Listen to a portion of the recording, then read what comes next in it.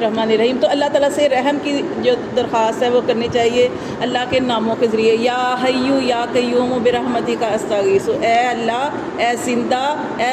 سارے نظام کو، کائنات کو قائم رکھنے والے، برحمتک استغیث، اے اللہ تیری رحمت کے ذریعے میں تجھ سے سوال کرتا ہوں۔ جو بھی مسئلہ ہے، کوئی بھی مسئلہ ہے، کوئی بھی کسی بھی قسم کا کاروبار کا مسئلہ ہے، رشتوں کا مسئلہ ہے، کسی بھی قسم کا کوئی بھی آپ کا کام جو ہے وہ جو ہے اس کے اندر رکاوٹ ہے، تو اس کو آپ نے کثرت سے پڑھنا ہے۔ یہ نبی صلی اللہ علیہ وسلم بھی اس دعا کو پڑھا کرتے تھے، تو آپ نے بھی یہ دعا پڑھنی ہے، ٹھیک ہے یہ۔ اور اسی طرح یہ دیکھیں حضرت ایوب علیہ السلام، ان کو جب بیماری آ گئی تو انہوں نے بھی وہ دیکھیں دعا کے اندر جو انہوں نے بھی دعا مانگی تھی، کیا تھی دعا؟ انی مسنی الضر وانت ارحم الراحمین،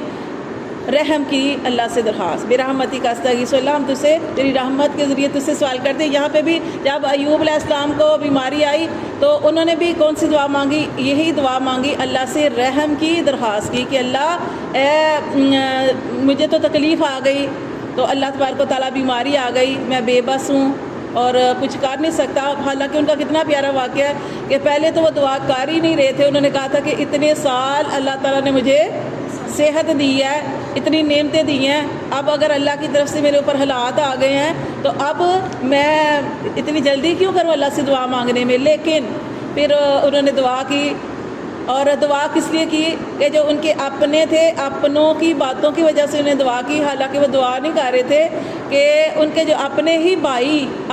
بھائی جو تھے وہ ان کے پاس جب آئے تو وہ پاس بھی نہیں آ رہے تھے، دور ہی کھڑے ہو کے اتنی ان سے، اور کیا انہوں نے بات کی، انہوں نے کہا کہ اگر یہ اپنے رب کے